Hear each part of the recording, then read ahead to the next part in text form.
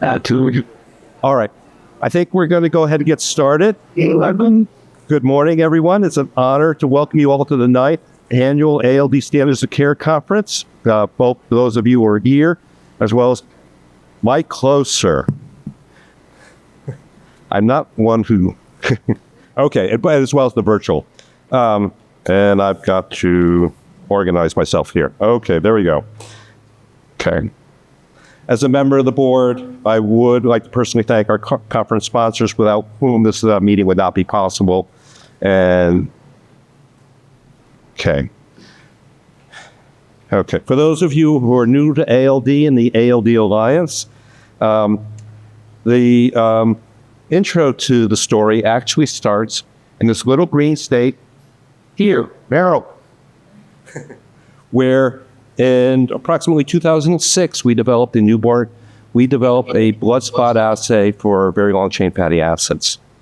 And then we ran a pilot study where we looked at 5,000 newborns born in Maryland, and we didn't detect any positives. But we were all pretty happy that our assay was working, and I took this to the Maryland Department of Health. I remember the meeting, and they said, 5,000, no positives, we're all good. Thank you very much. The story then shifts to New York, where in 2011, I believe, this boy, Aiden Seeger, presented with some mild visual symptoms and was eventually diagnosed with cerebral ALD. Underwent a bone marrow transplant, which was successful in the sense that he engrafted, but subsequently died. And this is a classic story at the time, and someone who was diagnosed very late in his disease and underwent a transplant and had all the complications of that. His family took it upon themselves to then say, what could have been done, what could be done for other boys? And they started the foundation to promote newborn screening and eventually got Aiden's Law passed in New York. Segment. The foundation, which was initially the Aiden Jack Seeger Foundation, eventually became the ALD Alliance. And it exists to cure, support, and advocate for ALD, as well as to advocate for nationwide newborn screening for adrenoleukodystrophy, as well as other disorders. Since we last met, approximately a year ago, 4 more states have been added to the map. South Carolina is screening as of April 22nd, 2024. South Dakota, Montana, and that, I believe that little state at the end is Nevada. So the 46.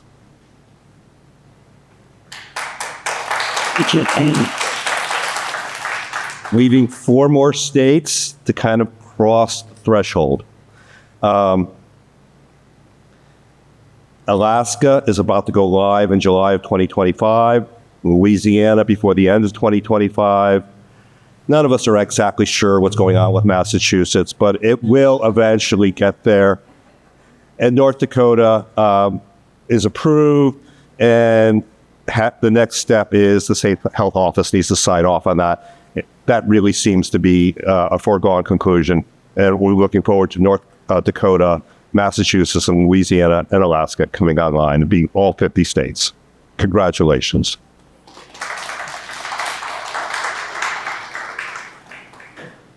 The Alliance has been a strong proponent of improving the newborn screening process in general. Newborn screening is done at the state level, and I recently heard a little joke about that. You have to understand, each of the states does something a little differently. So the comment was, if you've seen newborn screening at a state level, you've seen one newborn screening program.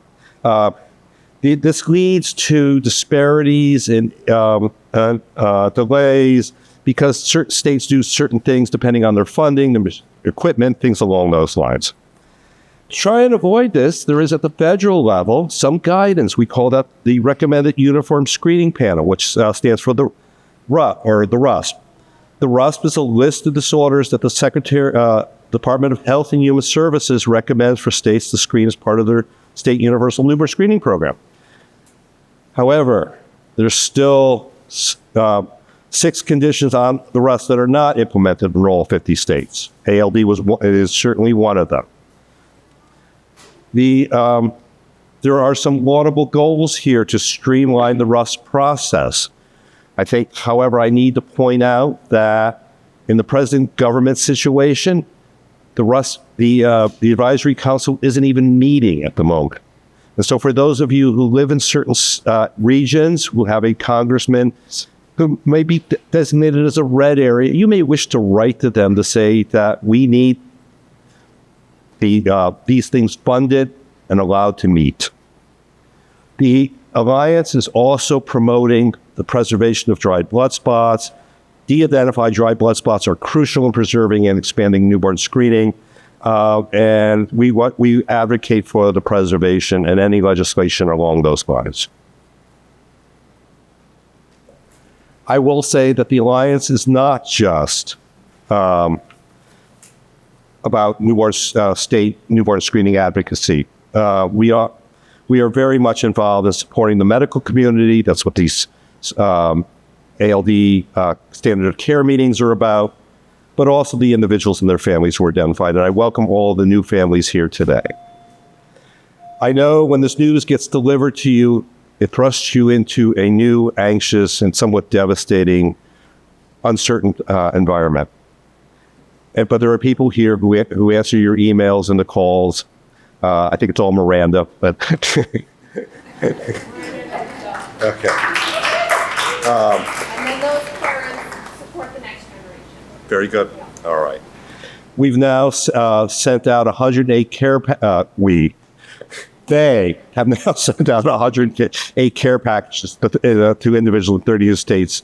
And these care packages include the Parent's Guide to ALD, coping with the ALD newborn screening diagnosis, but I think more importantly, a MRI-safe teddy bear, as well as the donut that roared, the Child's Guide to Surviving the MRI, and also a very cute onesie. Thank you to our sponsors who help support this program, and we hope that it will continue. Our goals for 2025 are continued advocacy for ALD and the Rust newborn screening, continued lunch and learns for the state metabolic centers, continue the ALD family support with Aiden's Gifts, newborn screening care package programs, and educational events. Newborn screening state program continued collaboration with consortium, continued dried blood spot awareness and education, and fundraising, the ALD Incidence Project, and then fundraising. Thank you very much. Let's have a great conference. And I welcome the next speaker.